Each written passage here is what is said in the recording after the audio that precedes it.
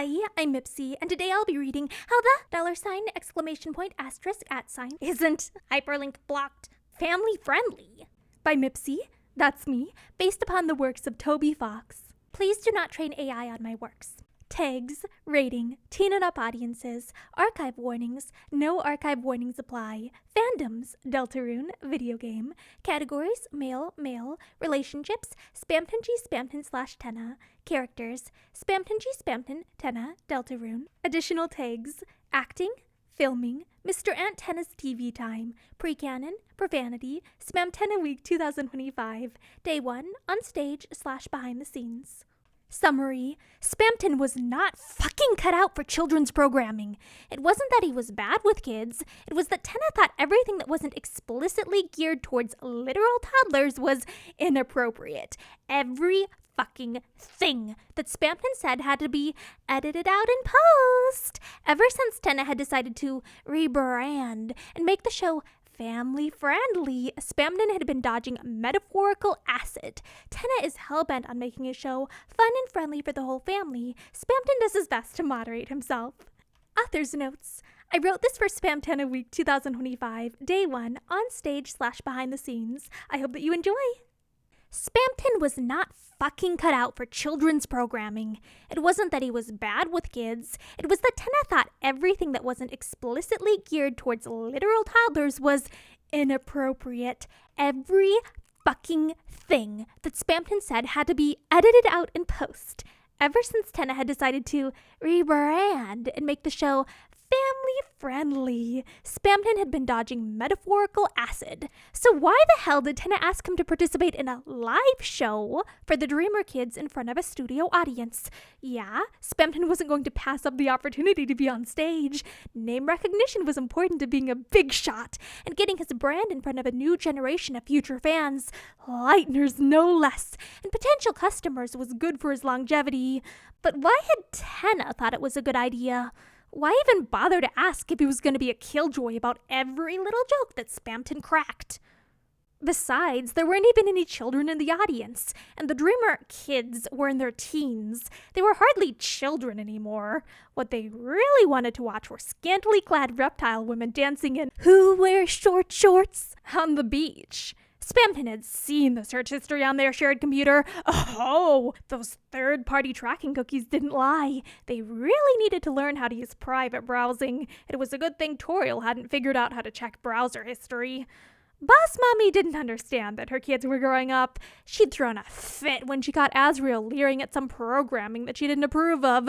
Just some well-endowed Hochi Mama dancing, and Spamton had to deal with Tenna screeching like a banshee and threatening to cancel TV time altogether. Oh, it was the end of TV! Tenna had corrupted the poor little Dreamer children. It's like he couldn't fathom that Toriel's precious little babies had their own autonomy. It wasn't Tenna forcing programming down their throats. The teenage human and boss monster knew how to use the remote control and would change the channel to whatever they wanted to watch. There was even a thing called On Demand now, which took responsibility further out of the TV's hands.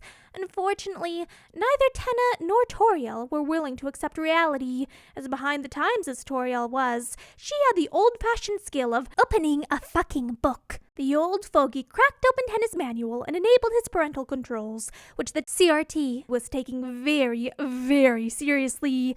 He'd whined extensively about sensors and stressed the importance of maintaining an all-ages friendly production, which brought Spamton to his current dilemma.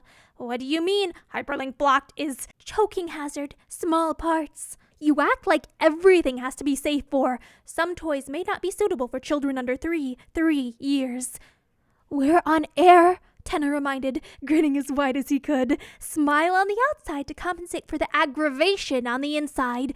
The show must go on. Spamton tried again. It's a beautiful day outside. On days like these, kids like you should be hyperlink blocked. We're going to be playing with officially licensed beep. An ear-piercing beep drowned out Spamton's voice box. Tenna pointedly avoided acknowledging Spamton, pressing a button on a hidden remote. Censors his ass. It was Tenna who was actively moderating his own damned show. What Spamton meant to say was officially licensed TV time cheat TM. Cheat? I thought it was bullshit. The beeping sound cut Spamton off again, irksome like heavy furniture scraping a wooden floor. It set him off, ruining his mood. Officially licensed TV time cheat TM. It's a fun game for the whole family. Spamton cut in. Advertising was his thing. The same old bullshit. Beep! Your parents know and love. But fun and friendly for the whole family. Tenna's grin was so exceedingly large, but his fangs were showing. He was giving off Big Bad Wolf about to eat Little Red Riding Hood, rather than harmless granny or wholesome TV host. Gosh, all this tension. Yeah, Spamton didn't think that this was his fault. It was just the TV being uptight all over nothing. But still, he patted the taller man on his back, trying to ease the tension with a familiar touch. Except the advertising extraordinaire neglected their height difference. Tenna, seething with badly disguised rage, had grown proportionately in size. Spamton's hand landed lower than he'd intended. Did you just grab my ass? Tenna broke character. Technical difficulties, he called, grabbing Spamton's offending hand and taking larger-than-life steps off stage, Spamton scampering alongside to avoid being physically dragged. Only once they were far enough into the wings to be out of line of sight of the audience did Tenna let his mortification show. I can't believe I said that. You would slip up, but not me. What sort of example am I setting? Me, the show host, using profanity in front of children? Now all my employees are going to copy me and think that kind of language is acceptable. He shrunk. And think of those poor little darlings, their poor ears. What if they start to mimic my language? What if they say that word in front of their parents? It would be my fault if they get their mouths washed out with soap, like in that old Christmas movie. At least Tenna's attention wasn't on Spamton. He'd have expected to get pinned up against a wall and shoot out, "Hey, Cathode, we all make mistakes, make messes disappear." This isn't just one little mistake. This has ramifications, consequences. What if poor little Azrael, with his sensitive ears and impressionable personality, decides to use that word? What if he grows up to be a murderer because of me? Calm down, or am I just paranoid? I'm not paranoid. Profanity is a gateway to worse troublemaking. First, some poor innocent angel will say a bad word. Then they'll start hanging out with the wrong crowd who will teach them that cursing is cool. Then they'll start doing bad things, like being tardy to class or eating chalk. Who the $!! Eats chalk? Spamton tried to reason, tugging at Tenna's flamboyant tailcoat. I don't know. Troublemakers. Naughty kids.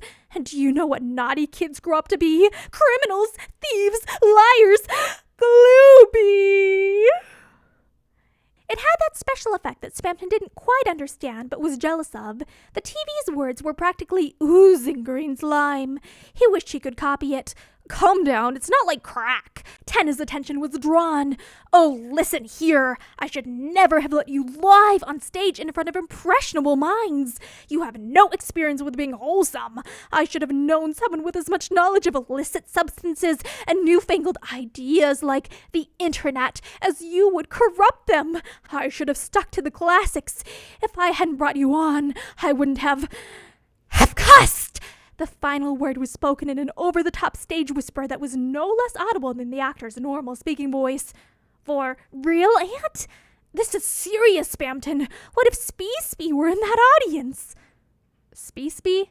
Tenna's screen grew 2 little pink circles of pixels, mimicking Spamton's blush.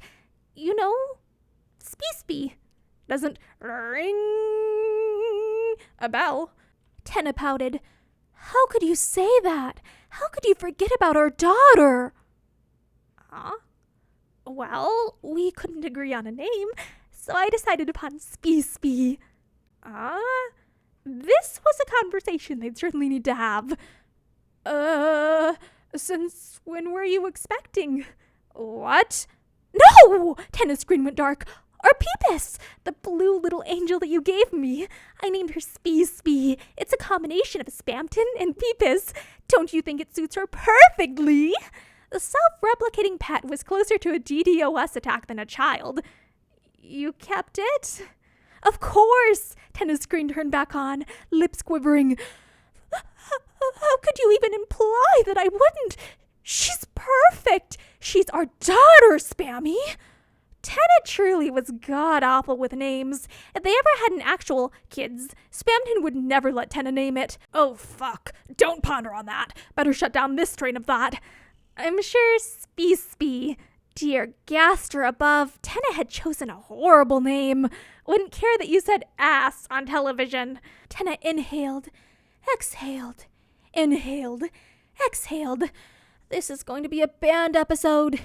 If it's banned, this account has been permanently frozen. Might as well get back out there and have some fun value. No pressure, so you can just relax in scenic North Dakota.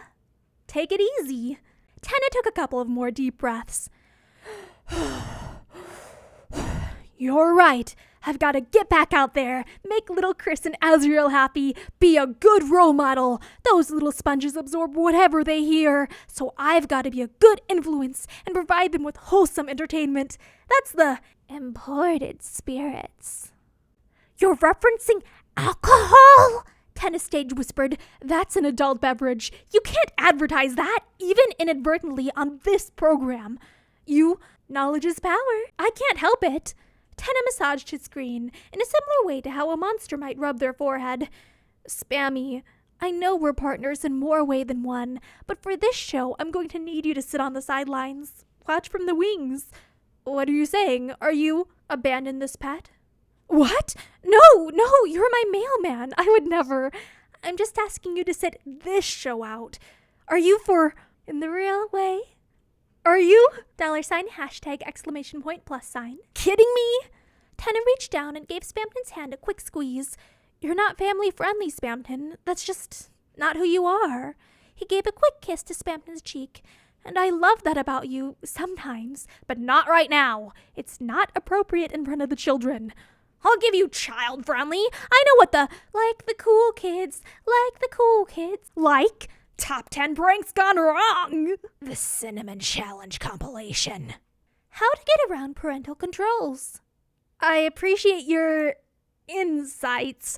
However, you just proved my point. You're not a good influence on young minds. Please just wait this episode out in the wings, okay? He gave a pleading expression, though it would have been more effective if the TV had eyelashes to flutter. All right, take a break. A leg out there. Tenna pulled Spamton in for a hug. Thanks for not making a big deal out of this. Whatever floats your boat, starting at only $24,499. Lost in the moment of Tenna's warm embrace, Spamton was shocked by a squeeze on his backside. Steady, steamy, surprising. Did you just... But Tenna was already back on stage. The end.